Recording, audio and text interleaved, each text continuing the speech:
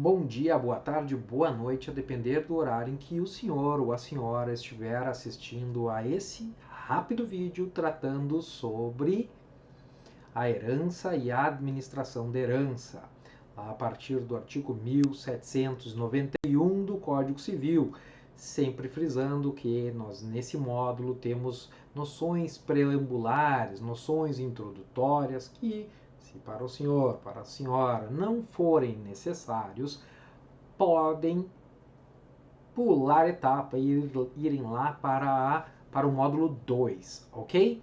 Mas igual está aqui para quem precisar e para eventuais consultas pontuais, né?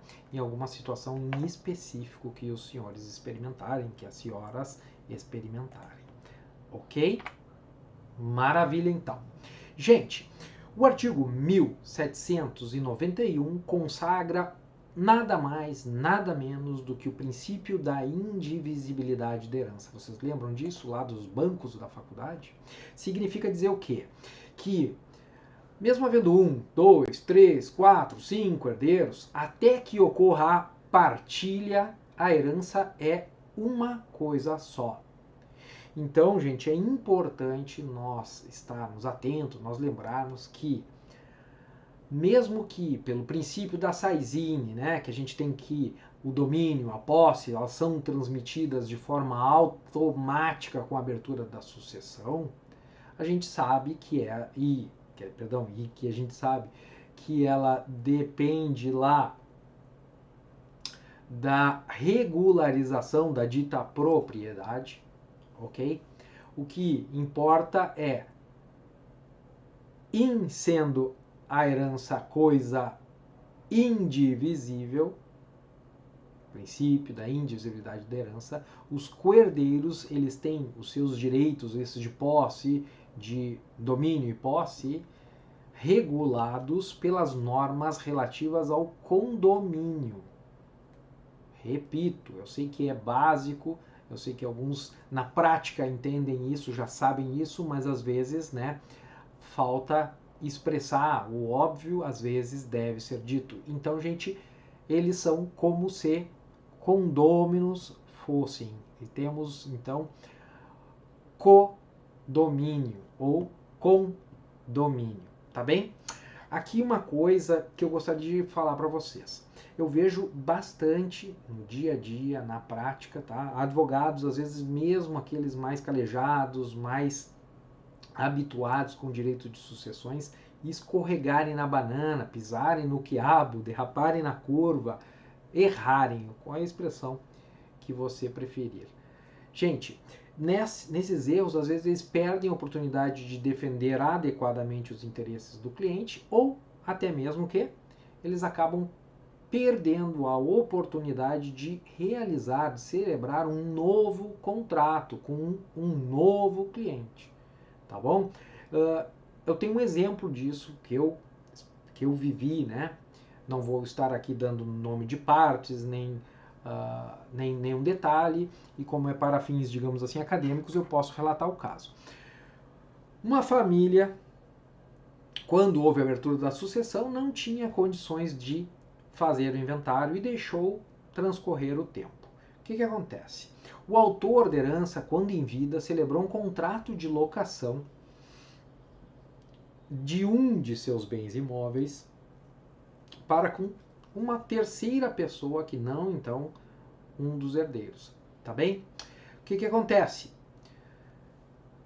A família não tinha dinheiro, faltava conhecimento, faltou também, né, conversar com o advogado, mas não tinha dinheiro, não fez o inventário e, como deixou passar o tempo, sofreu a ameaça desse, então, vamos dizer, desse antigo, para eles, antigo locatário do bem imóvel, de que faria uso manejaria uma ação de uso capião. E efetivamente o fez. Ok? O primeiro advogado com que eles foram consultar, e não estou falando mal desse advogado, eu não o conheço, não imagino quem seja e não perguntei para esses clientes. O advogado disse, infelizmente, quando faleceu o autor da herança, né? Encerrou-se essa locação. Vocês deveriam mesmo sem fazer o inventário, ter expulsado o locatário desse bem imóvel, e como não fizeram, e ele, a princípio, preenche os requisitos de tempo para fazer uso do usucapião, não há defesa nessa ação de usucapião. E aí, o que vocês me dizem? Bom, gente, na situação em concreto, lembrem-se lá do princípio da Saizine. Domínio e posse se transmitem de forma automática, a gente só precisa regularizar a propriedade. Pelo menos em tese, segue valendo aquilo que foi ajustado com o decurso, o contrato de locação. Os herdeiros na condição, então, de novos detentores de domínio e posse, mesmo nada tendo feito para regularizar contratualmente, fazer um novo instrumento, um aditivo contratual, eles assumiram a condição de locadores. Dá para entender isso? Sim, não, talvez, pode ser, quem sabe, qualquer coisa. Lá no campo que nós temos aqui, a nossa comunidade dentro do Hotmart, você faz a pergunta que achar interessante, que achar oportuna, que achar necessária, que achar cabível. Mas o que acontece então? Na verdade, o ânimo de dono, que é exigível para o usucapião, não existia, porque aquela pessoa entrou naquele bem imóvel sabendo, manifestando seu interesse de ser locatário. Ok? Então, qual foi a minha sugestão? Eles entrarem com a ação de cobrança de aluguéis vencidos, com uma retomada do bem imóvel, em paralelo com a defesa no usucapião. E, oportunamente, assim que possível, fazer o manejo, né, do inventário. Ok? Veja que nessa pequena chavezinha, eu estar antenado para uma situação extra, é conexa com o direito sucessório, mas é um pouquinho fora, né, da caixinha do direito sucessório, é saber linkar o direito sucessório lá com o direito da propriedade, eu ganhei esses clientes. Ok? Um tempo depois, eu virei o advogado tanto na ação de usucapião, na ação de despejo, como no inventário. Tá bom? Então fica a dica de vocês entenderem casadinho, Saizine e a questão do condomínio. Por que condomínio? Porque bastava um dos herdeiros me dar procuração, que eu já poderia fazer a defesa dos interesses do bem imóvel, né? Um dos coerdeiros, desde que não prejudique os direitos dos outros, pelas regras do condomínio, pode defender a coisa toda, ok? A herança como um todo, tá bom? Fica então a dica. Bom, mas retornemos aos nossos trilhos aqui, né? Todos os coerdeiros, como a gente estava conversando agora há pouco, eles exercem o domínio e a posse sobre a coisa como um todo, né, gente? A coisa é unitária. Lembram lá? Buenas, então.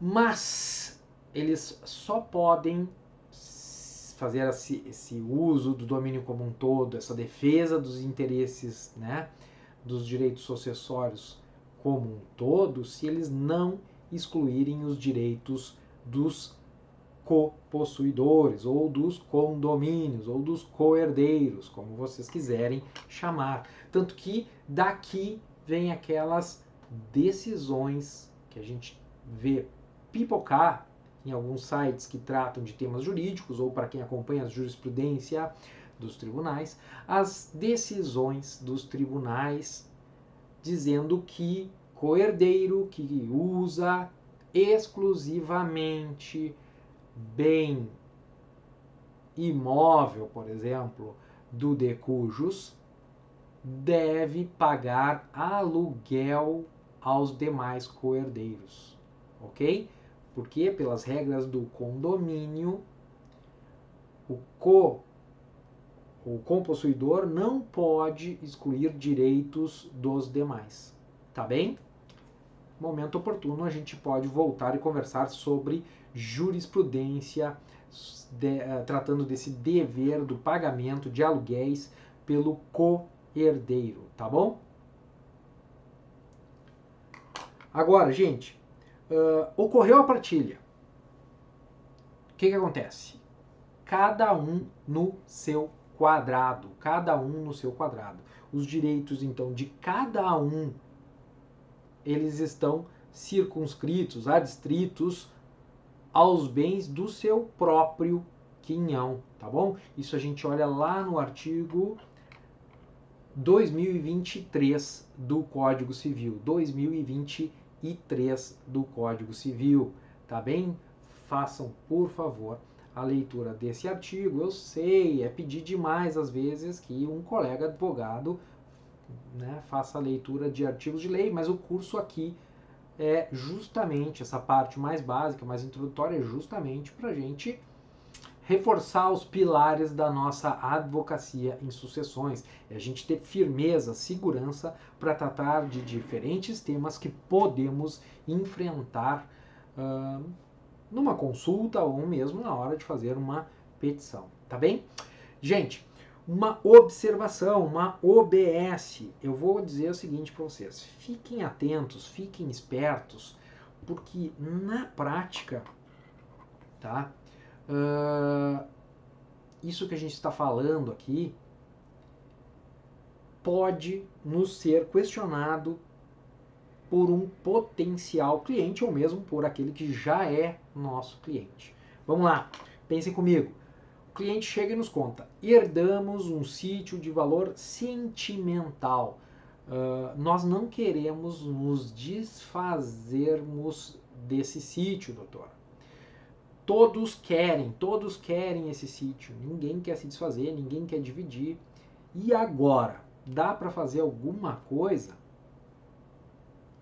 Gente, lembrem-se, se você nunca fez isso na prática, ou se você já fez e esqueceu, lembre-se, é possível sim que no inventário seja estabelecido, tá, que, dando-se a partilha, haverá a comunhão de um ou mais bens que estão sendo inventariados, comunhão dos bens entre os coherdeiros, tá bom? Do que eu estou falando aqui? No próprio inventário, nós falarmos na formação de um condomínio para além do período da indivisibilidade dos direitos sucessórios, ou seja, indivisibilidade da herança. Tá bom até aqui? Dá para entender isso que eu falei? Agora também, gente, eu queria fazer um OBS número 2 aqui, se alguém quiser anotar, não sei, acho que não é digno de anotação, mas fica aqui uma dica que é o seguinte: esqueça a ideia de que eu tenho que saber apenas as regras do inventário para advogar em sucessões. Eu não estou fazendo crítica a nenhum outro curso, mas a gente vê muito pessoal trabalhar, bater na tecla que advogar em sucessões é saber regras do inventário, né? Eu vou te dar um checklist do inventário e vou te dar a minuta do inventário extrajudicial e a petição do inventário judicial. Eu farei isso aqui também, mas eu digo, não é isso que é saber advogar em sucessões, tá bem? Gente, o caso facinho, tá? Aquele que vem mamão com açúcar, como a gente diz aqui, se quiserem depois me deem outra expressão. O caso mamão com açúcar, facinho, né? Igual tirar pirulito de nenê, aquelas expressões de filme americano também. Eles acontecem muito, tá? Mas normalmente os casos que nos geram os melhores clientes, os melhores honorários, são aqueles que têm muitas peculiaridades, ok? O cliente vem com um pepino na mão, né? Com uma bomba na mão, um rojão na mão. Olha só, é isso, é aquilo, e tinha uma mulher fora do casamento, um marido, o ex-marido, o filho, o cachorro, o gato, o primo, isso, aquilo. O complexo, normalmente, é o que vai, o caso complexo, se a gente souber enfrentar, souber responder ao cliente, normalmente, na maioria das vezes, é o que nos garante o cliente e, especialmente, na maioria das vezes, pelo menos pela minha experiência, gera os melhores honorários, né? A gente tem uma fazenda para dividir entre 50 pessoas. Bom, se eu for advogado das 50 pessoas, eu vou receber sobre o valor da fazenda, né? Então eu tenho que saber dar conta da parte do direito material para conseguir, então, responder a contento, ter segurança, firmeza para responder a contento para esses clientes que se apresentarem, tá bom? Então, fica a dica. Ser especializado em direito de sucessões não é sinônimo de esquecer, ignorar, se afastar, achar que eu posso ficar então longe das outras áreas do direito, tá bem? A gente tem que ter uma noçãozinha do tributário, uma noçãozinha do direito de propriedade, uma noçãozinha do direito de família, aquela parte lá, né, casa com quem, que direito tem, não sei. A gente tem que ter uma noção mais ampla do direito, não precisamos ser especialistas em outras áreas, mas devemos ter conhecimento de outras áreas, tá bom? Aqui, vamos lá para a terceira OBS, então, vamos lá, ou se quiserem chamar de nota de rodapé, eu sei que muitos ainda falam para vocês a máxima, aquela da especialização. Tu tem que ser muito especializado numa coisa só, né? Porque é isso que vai te colocar no mercado. Gente, isso serve muito para aquele advogado que já é destacado numa área específica. Eu trabalho só com ICMS e já sou conhecido na minha região trabalhando só com ICMS e por isso eu não preciso fazer outras coisas. Pode ser que chegue esse momento na advocacia de vocês e se vocês assim quiserem, tá bom? E a segunda situação é quando tu queres ser advogado empregado. Sim, por quê? Porque os grandes escritórios, vocês podem prestar atenção, eles não mais estão sendo tão especializados. Ah, o escritório gigante só faz imobiliário. Não é mais assim. A maioria dos grandes escritórios, com 100 advogados, o que eles estão fazendo? Full service. Atendem todas as áreas do direito. Por quê? Porque o mais difícil hoje é o quê? Angariar o cliente. Eu angariei o cliente na área de empresarial, por que eu não vou atendê-lo? O cliente já é meu, já está aqui no meu restaurante, né? Por que eu não vendo sorvete também? Ou seja, por que eu não vendo direito de família para ele também? Justamente aqui, vou me encaixar para vocês, tá? Eu posso me chamar então de generalista sem me sentir ofendido, né? Tem gente que se sente ofendido de ser chamado de generalista, tá bom? Gente, eu de origem, de raiz, eu trabalho a minha raiz, né? Desde lá quando eu me formei em direito, primeiro emprego que virei minha primeira sociedade de advocacia, eu trabalhava para multinacionais, especificamente na área de direito empresarial, né? Civil e empresarial. Ok? Bastante também com direito de propriedade imaterial. Mas o que acontece? O meu sócio na época, que tinha sido meu professor na faculdade, se deu conta, né? Quando começou aquela enxurrada lá de se falar em planejamento sucessório, já lá no antigamente no Brasil, depois virou a moda do holding familiar, que a gente vai conversar aqui também em momento oportuno, por que a gente não presta uma consultoria, digamos assim, né, gratuita para os nossos clientes? A gente chama os clientes, convida os clientes para explicar que eles podem fazer um planejamento de sucessão, ou seja, sucessão no sentido de achar o seu sucessor, aquele que vai tocar o negócio, quanto na sucessão, naquela questão então de sucessão, né, hereditária, patrimonial, tá bem? E foi lá que eu comecei, então, vamos dizer assim, ser obrigado a tratar com direito das sucessões, gostei e eu continuei, desde então, sempre fazendo essa casadinha, né? Eu pego um cliente novo na área do empresarial, na área do contratual, que são as minhas áreas lá, inclusive minhas áreas acadêmicas, né? Meu mestrado, meu doutorado foram em direito dos contratos.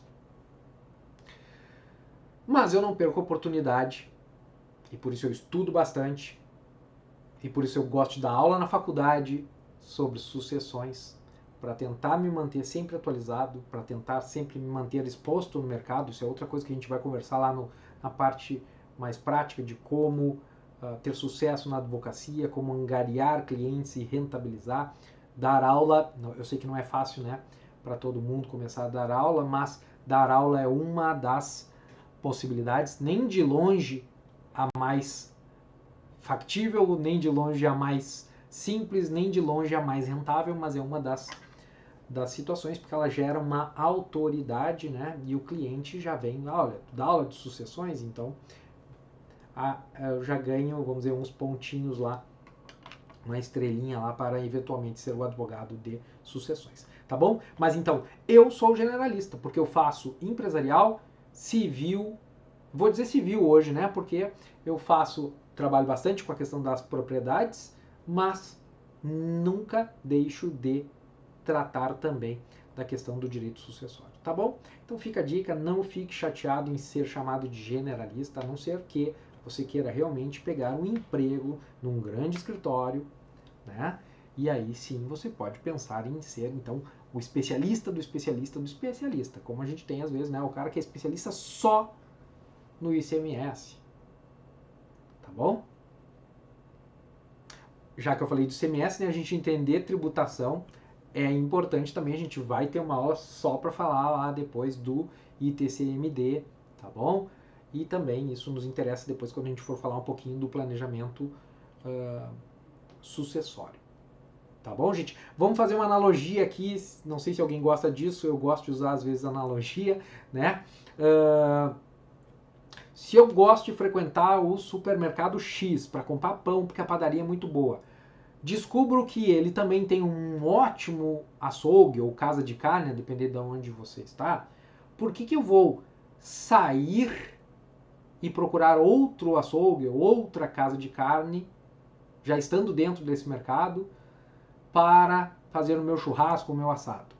E essa também é a lógica do mercado, né? Por isso ele vai botar lá a placa da promoção. Hoje eu tenho aqui uma costela, uma picanha, uma maminha, não sei qual é a carne que o senhor ou a senhora prefere, nem se o senhor ou a senhora gosta de carne, mas a analogia vale mesmo assim, né? O supermercado sabe que tu vai lá para comprar pão e ele já te vende outras coisas. Eu acho que isso é uma coisa que vocês têm que ficar atentos, nem que vocês depois tenham que fazer o quê? Parcerias com outros colegas advogados. Não perde o cliente, depois chama aquele cara que foi teu colega lá na faculdade e manja de empresarial e faz junto com ele, pede ajuda dele ou passa para ele o cliente. Estabeleça parcerias, ok? O mais difícil é ter o cliente. O resto a gente aprende estudando ou a gente chama alguém para nos ajudar, tá bom? É uma coisa que também eu noto que a gente não ensina na faculdade, não é ensinado na faculdade, a gente não ganha humildade na faculdade de Direito.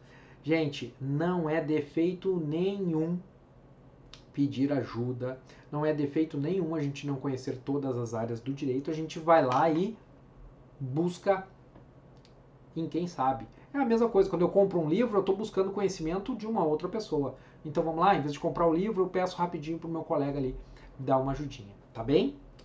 Beleza. Bom, mas retornemos então ao direito material, que é a proposta aqui desse rápido vídeo. Gente, nós estávamos lá no 2023 do Código Civil, que eu sugeri a leitura para aquele que precisa rememorar. Voltemos então uns passinhos lá no Código Civil.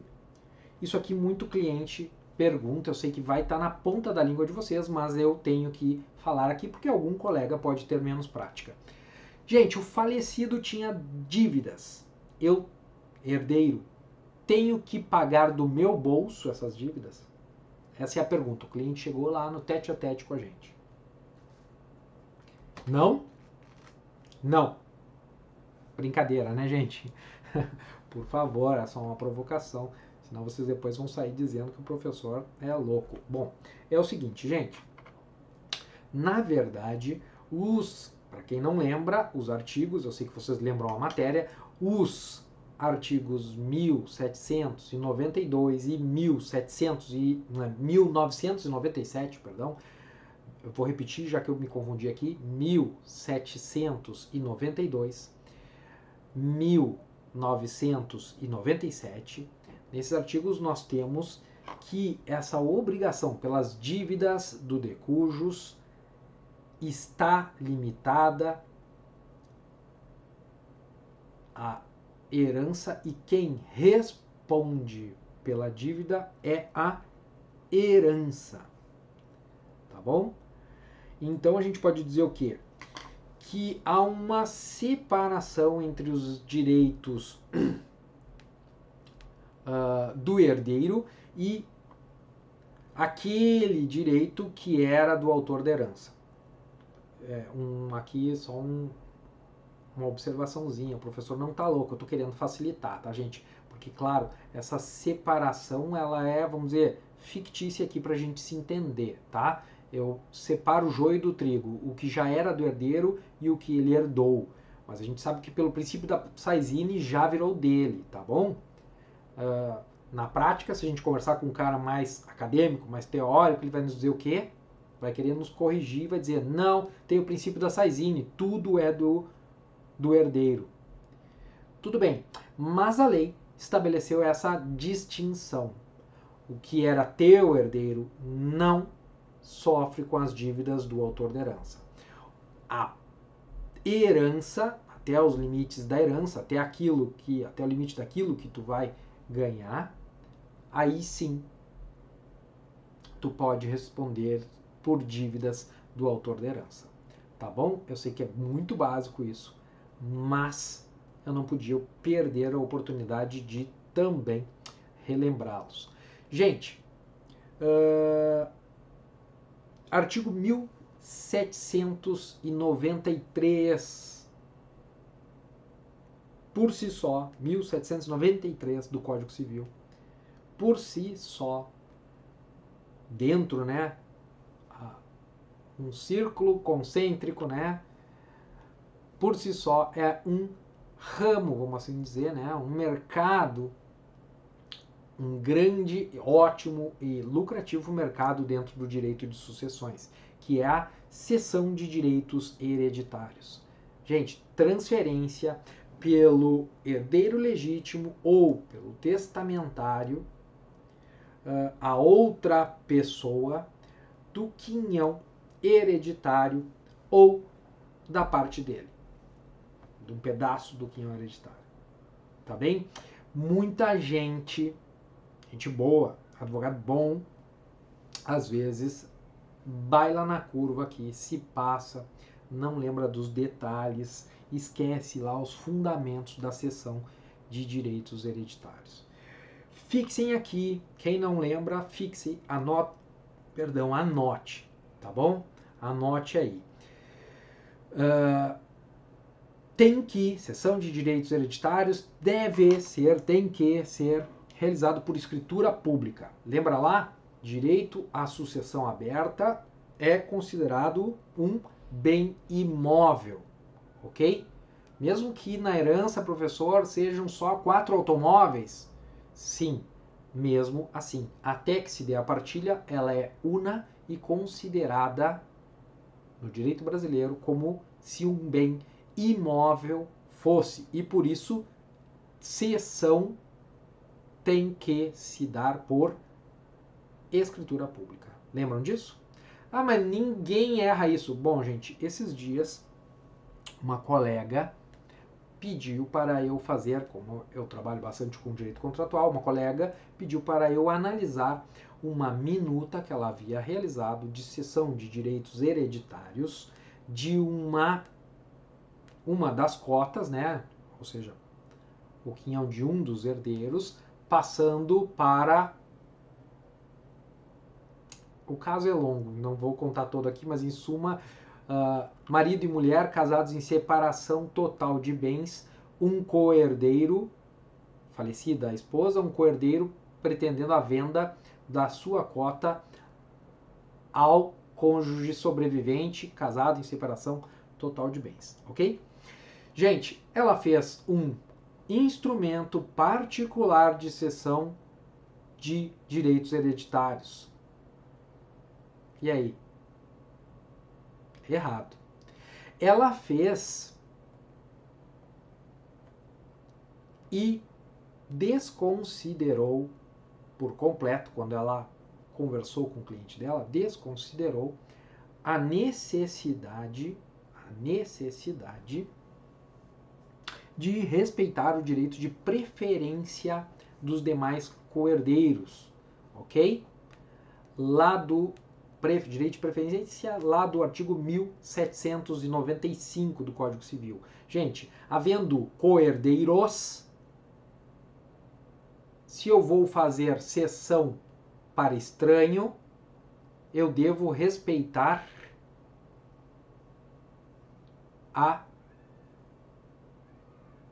o direito de preferência, ou seja, um dos outros coerdeiros tem o direito, a preferência de adquirir essas cotas pelo mesmo valor ofertado ao estranho, tá bom? Lá do 1794, perdão, do Código Civil, e o 1795 é o que nos diz que entre coerdeiros, daí nós não teremos esse direito de preferência, tá bom? 1794, direito de preferência, se a cessão for para uma pessoa estranha à sucessão.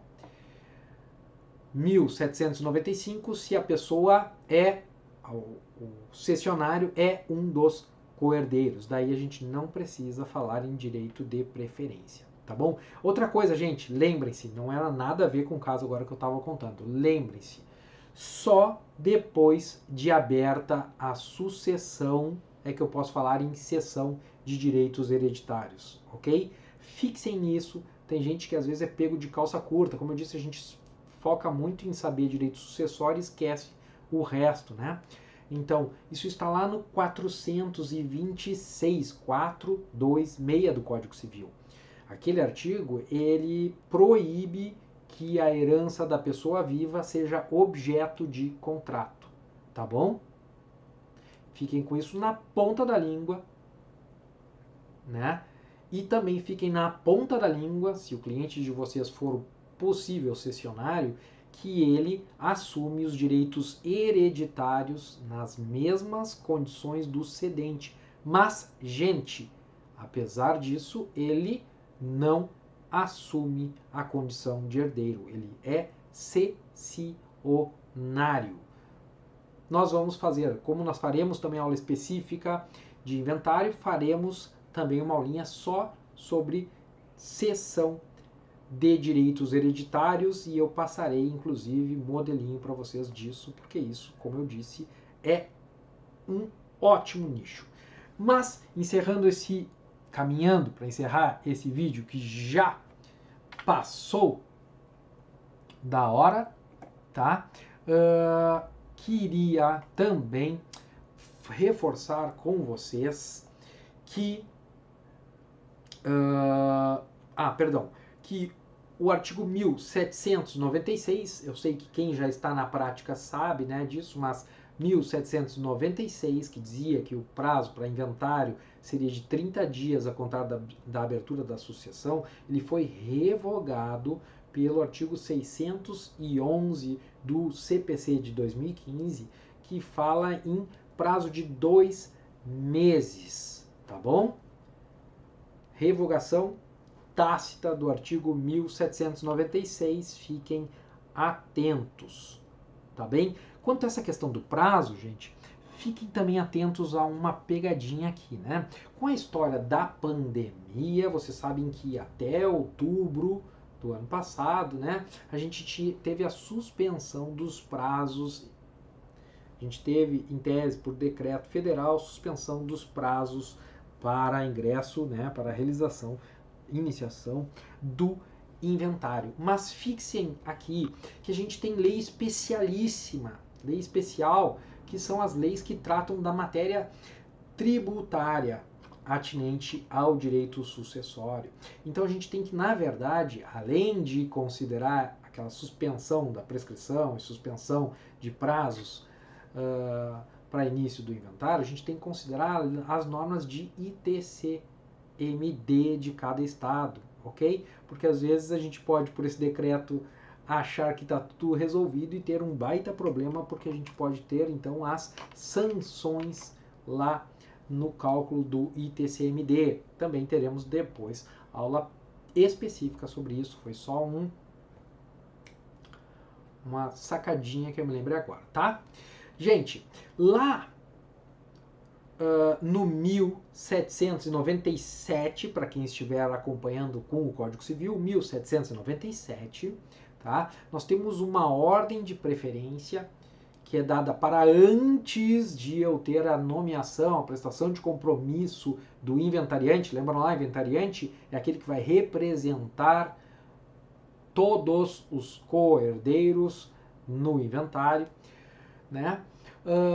Vai ter uma ordem para escolha de um administrador da herança, tá bom? 1797. Porque tem muita gente que está acostumado lá pelo calo, né? Aquela coisa, é o inventariante, é o inventariante. Tá, mas antes de prestar compromisso, eu posso ter a eleição de alguém para ser o administrador da herança?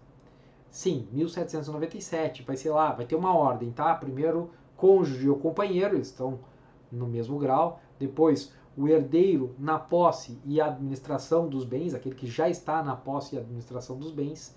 E se houver mais de um nessa situação, né, de ser o possuidor ou o administrador do bem, o mais velho, o herdeiro mais velho é o preferente nessa escolha, né, nessa ordem de escolha. Depois, não tem esses. Vou para o testamenteiro. Não tem testamenteiro. Uma pessoa de confiança do juiz, ok?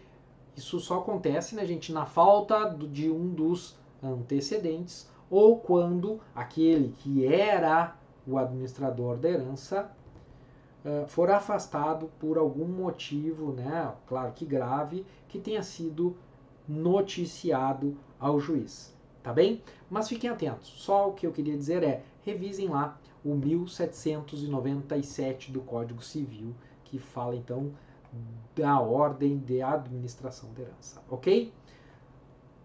Até breve!